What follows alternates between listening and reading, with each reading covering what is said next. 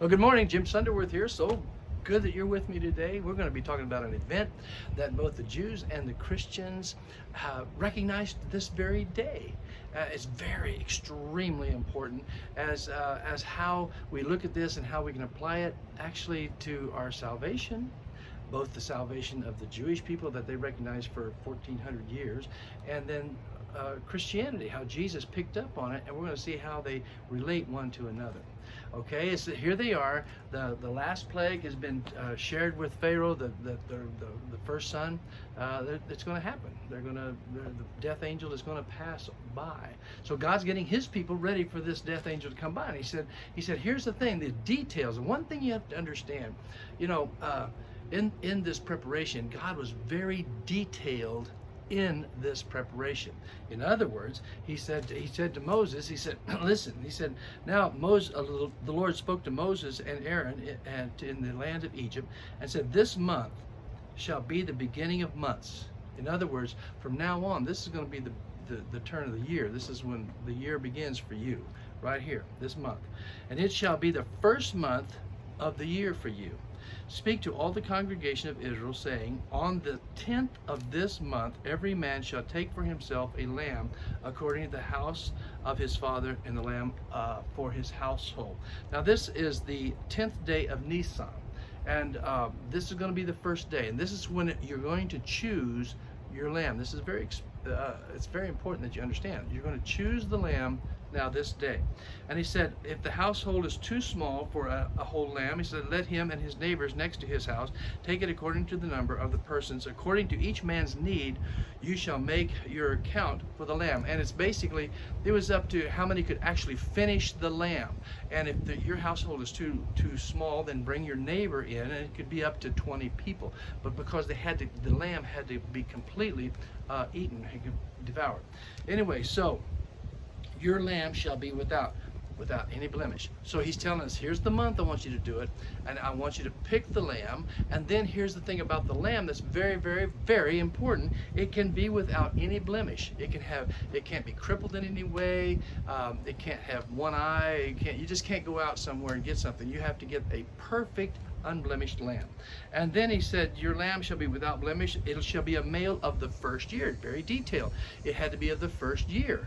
It had to be at a time where it was young, and it could reproduce, that basically. And so then the lamb of the first year. Now you shall keep this lamb. You choose your lamb on the 10th, but on the 14th, that's 4 days. He said, now that of that same month, then the whole assembly of the congregation shall kill it at twilight. This is very important. Kill it at twilight.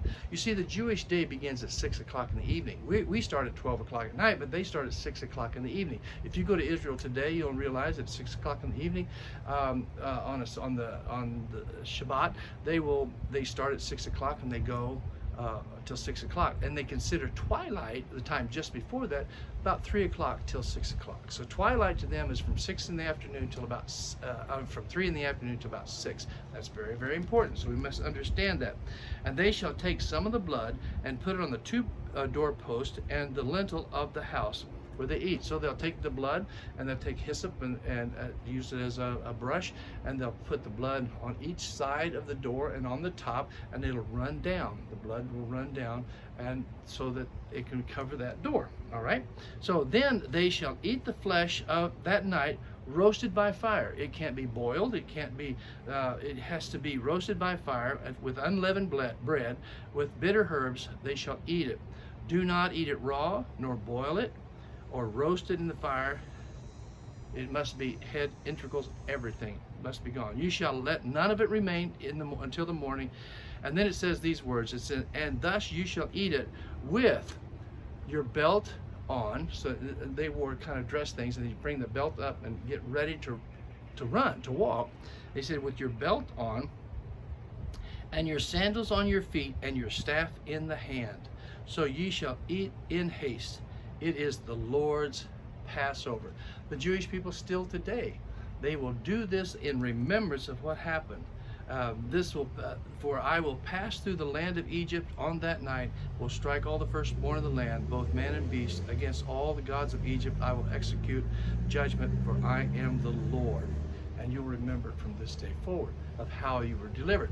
So the most important thing is understanding this, that lamb had to be perfect, it had to be at a specific time, it had to be in a specific way. It was detail after detail after detail. But the main thing, that's my little puppy dog, but the main thing is to get this. Something in relationship of the innocence was dying for the guilty. That's key. I got to stop right now. And so good to be with you today. We'll get back on this tomorrow and we'll finish this up. It's good. It's good. Bye-bye.